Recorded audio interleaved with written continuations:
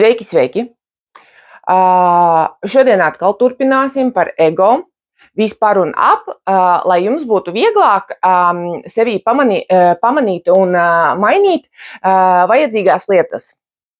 Tā kā ego ir daudzās lietās, ne tikai identifikācijā ar īpašumiem, bet arī ar viedokļiem, ārējo izskatu, ilgi saglabājušos aizvainojumu vai tavu priekšstatu vispār par sevi, kā labāku par citiem vai ne tik labu kā citi, kā veiksminieku vai neveiksminieku.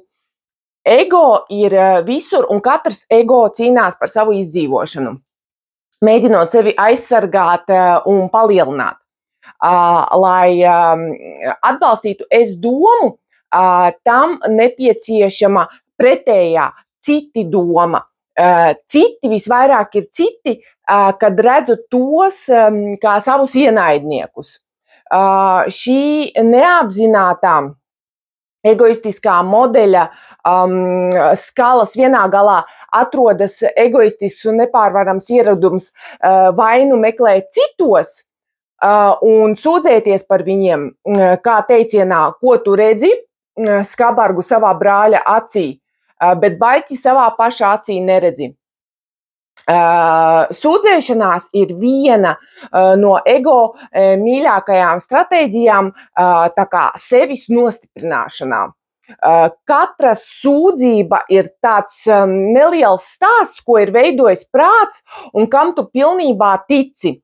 Nav atšķirība, vai tu sūdzies skaļi vai tikai domās, tevi aizvaino citu cilvēku mantkārība, negodīgums, tas, ko viņi dara, ko ir darījuši pagātnē, ko ir teikuši, ko nav izdarījuši, ko viņiem vajadzētu vai nevajadzētu izdarīt. Ego tas ļoti patīk. Dažreiz it kā vaina, ko tu uztver citā cilvēkā, viņā pat nav. Tā ir pilnīgi nepareiza projicēšana, ko veids prāts, kas nosacīts citos saskatīt ienaidniekus un pašam sevi uzskatīt par tādu kā pareizu vai pārāku. Nereaģēšana uz ego citos ir viens no visiedarbīgākajiem veidiem ne tikai tam, kā pārvarēt ego sevī, bet arī tam, kā iznīcināt šo kolektīvo cilvēcisko ego, bet tu spēj nereaģēt tikai tad, ja vari apzināties cilvēku izturēšanos kā no ego izrietošu, iznākošu, ja, kā kolektīvās cilvēciskās disfunkcijas izpausmi. Kad tu aptver, ka tā nav personīga, tad vairs nepastāv nepārvarama tieksme reaģēt. It kā tas tā būtu. Nereaģējot uz ego, tu bieži vien spēsi saskatīt citos veselo saprātu, kas ir nenosacīta apziņa. Dažreiz tev būs jāveic praktiski soļi, lai pasargātu sevi no dziļi nezinošiem cilvēkiem. Tu to vari izdarīt, nepārvēršot viņus savos ienaidniekos. Tomēr lielākā aizsardzība ir apzināšanās. Nereaģēšana nav vājība, tas ir spēks. Cits nosaukums ir piedošana. Sūdzēšanos nevajag sajaukt ar cilvēka informēšanu par kļūdu vai trūkumu, tādēļ radot iespēju to izlabot. Piemēram, tu viesmīlim pasaki, ka zupa ir augsta un ka to vajadzētu uzsildīt. Tas nav ego, jo tu izmanto faktus, kas vienmēr ir neitrāli. Bet, ja jūs teiksiet, kas jums vispār notiek, jā, pasniedzat man te augstu zupu, tā jau būs sūdzēšanās. Šeit atrodams es, kam patīk justies tādam kā personīgi aizvainotam. Pavērojiet to, ka aizvainojums bieži vien ir emocija. kas pavada sūdzēšanos, tai līdzi var iet arī spēcīgāka emocija, kā dusmas vai kāds cits sarūktinājuma veids. Tāpēc tas vēl vairāk uzlādēs enerģētiski. Sūdzēšanās tad pāraug reakcijā. Tas ir vēl viens veids, kā ego tā kā sevi nostiprina. Daudzi cilvēki vienmēr gaida nākamo reizi, ja, kad izrādīt pretreakciju, justies tā kā apgrūtinātiem vai traucētiem par kaut ko. Un nemaz nav vajadzīgs ilgs laiks, lai viņi atklātu iemeslu. Ja. Piemēram, viņi var teikt, ka tas ir rupšs apvainojums. Ja. Kā jūs uzdrīkstaties, es to pieminēšu, viņi principā nododas šim sarūktinājumam un dusmām, reaģējot pret kaut kādu situāciju, ja, pret kaut ko. Viņi aizstāv un nostiprina savas es jūtas. Ja. Vēl ir pārestība. Tā ir spēcīga negatīva emocija, kas saistīta ar notikumu, dažreiz varbūt arī attālā pagātnē, ko dzīvu uztver nepārvarama domāšana, atkārtoti stāstot stāstu, skaļi vai domājot pie sevis. Un domājot par to, ko man kāds ir kādreiz nodarījis. Ja?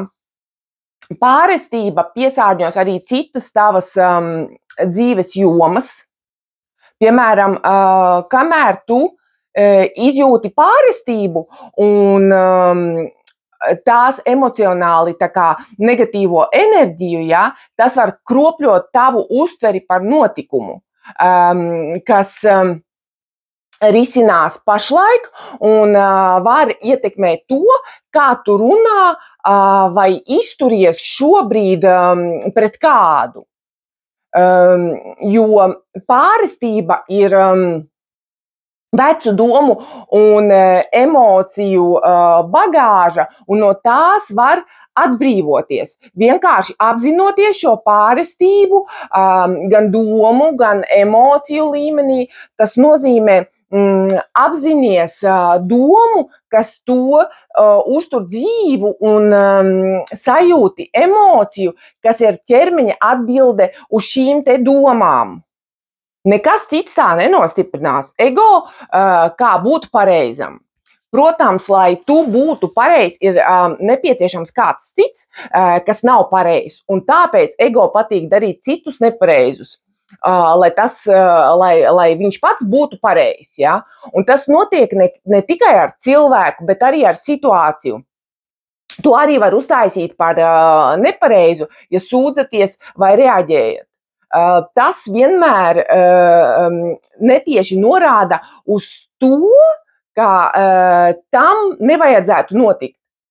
Pareizība tevi nostāda iedomātā morālā pārākuma situācijā attiecībā pret situāciju vai cilvēku, ko vērtē un uzskata par nepilnīgu. Tālāk būtība aizsargājot ilūziju, piemēram, novērojams, ka zibens ir pirms pērkona. Tu zini, ka tas tā ir, jā, bet kāds cits tev apgalvos pretējo, un vai šeit ir iesaistīts ego? Ja tu vienkārši apgalvo, ka tu to zini, un ka tā varētu būt patiesība, tad ego šeit nav iesaistīts. Bet, ja tu saki viņam, tici man, es zinu, vai kāpēc tu man, teiksim, netici šai situācijā, ja, te jau ir iezadzies ego, tas piesārņots ar maldīgu es nozīmi, tas kļūst tā kā personīgs, personificēts, ja, tas pārvēršas tādā kā garīgā nostājā, ka es jūtas, jūsu es jūtas samazinās savā vērtībā vai tiek aizskartas, jo kāds netic tam, ko es teicu. Ego visu uztver personīgi. Emocijas rada aizstāvēšanos par agresiju. Patiesībai nav nepieciešama aizstāvība. Zibenim vai pērkonam nav vajadzīga aizstāvība. Viņiem nav svarīgi, ko tu vai kāds cits domā, ja? Jo tu aizstāvi tikai un vienīgi pats sevi vai precīzāk varētu teikt, ilūziju par sevi, ja?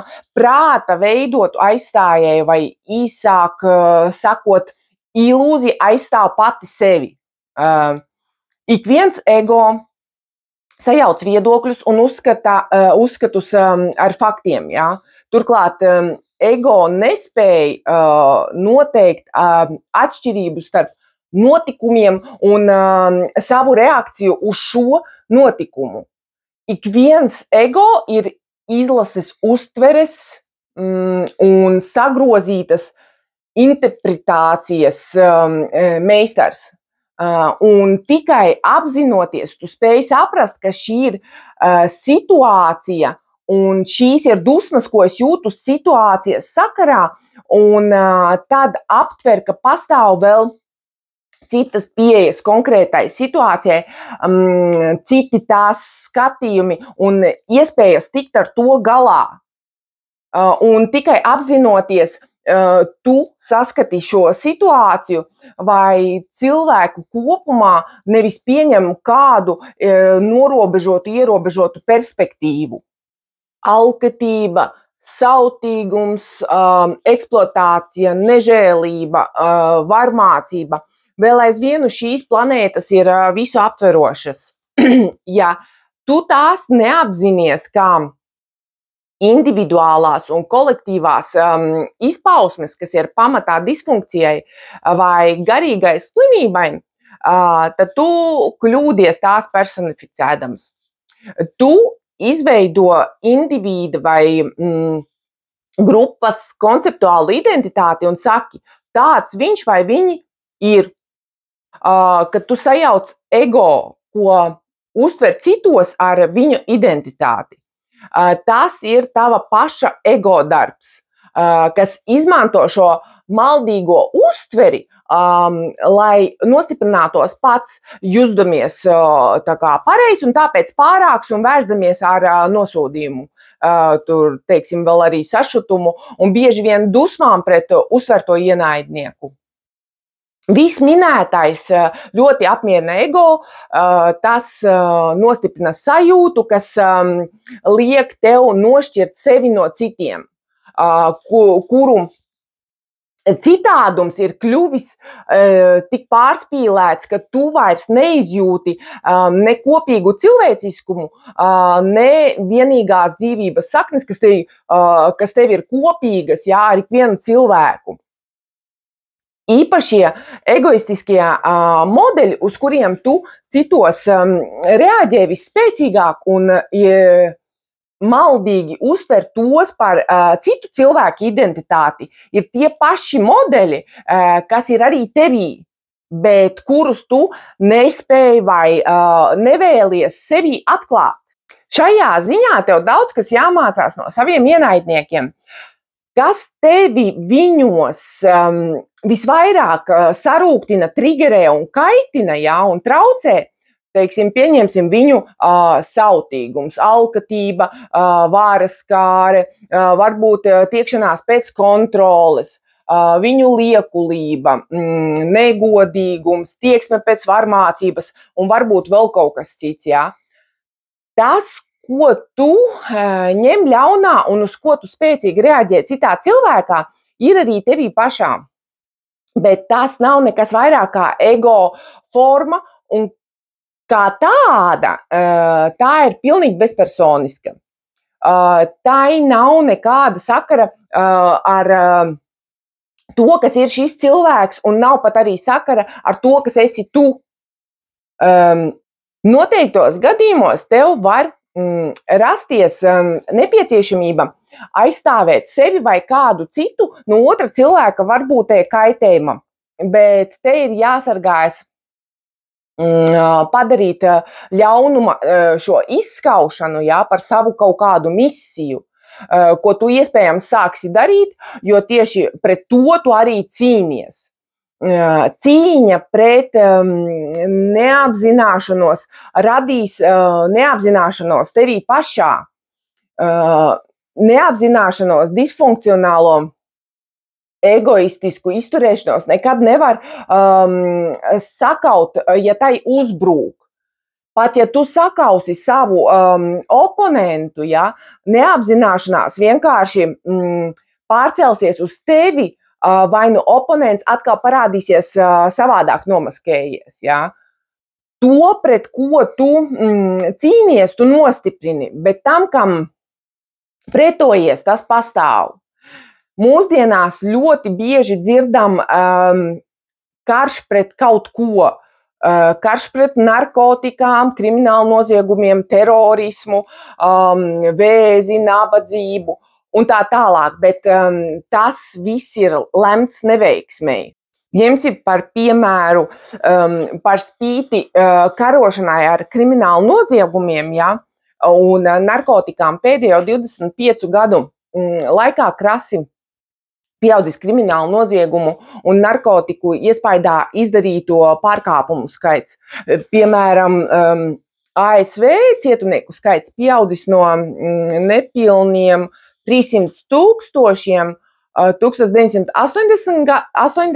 gadā līdz 2,1 miljonam 2004. gadā. Karš pret slimībām deva mums arī antibiotikas. Sākumā tās it kā deva mums iespēju uzvarēt karā, ja, pret infekcijām un slimībām. Bet tagad daudzi eksperti piekrīt, ka plašs un nekritisks antibiotiku pielietojums radīja bumbu ar laika degli.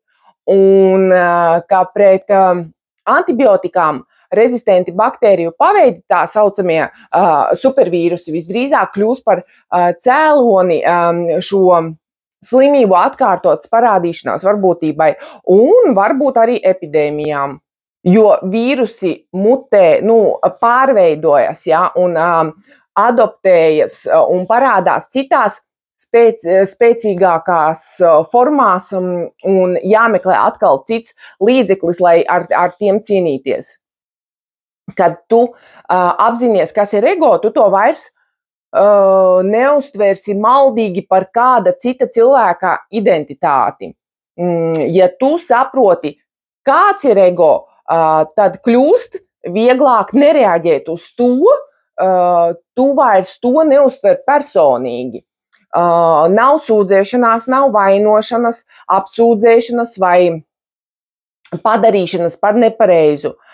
Neviens nav aplams. Kādā cilvēkā ir ego, un tas arī ir viss. Līdzjūtība rodas tad, kad tu apzinies, ka visi cieš no vienas un tās pašas prāta slimības. Vienkārši dažiem tā ir varbūt akūtākā formā. Tu vairs neuzkurināsi drāmu, kas ir visu egoistisko attiecību daļa. Tu vēlies vienkārši mieru. Tomēr tevī ir vēl kāds cits, kas vēlas drāmu vai konfliktu. Tu varbūt pašlaik nespēji to sajust, varbūt tev jānogaida līdz situācijai vai varbūt pat domai, kas izraisa šādu reakciju tevī. Varbūt kāds tevi par kaut ko apsūdz, neatzīst tevi, ielaužas tavā teritorijā, ja, varbūt apšauba tavu rīcību. Tas var būt arī kaut vai strīds par naudu, ja.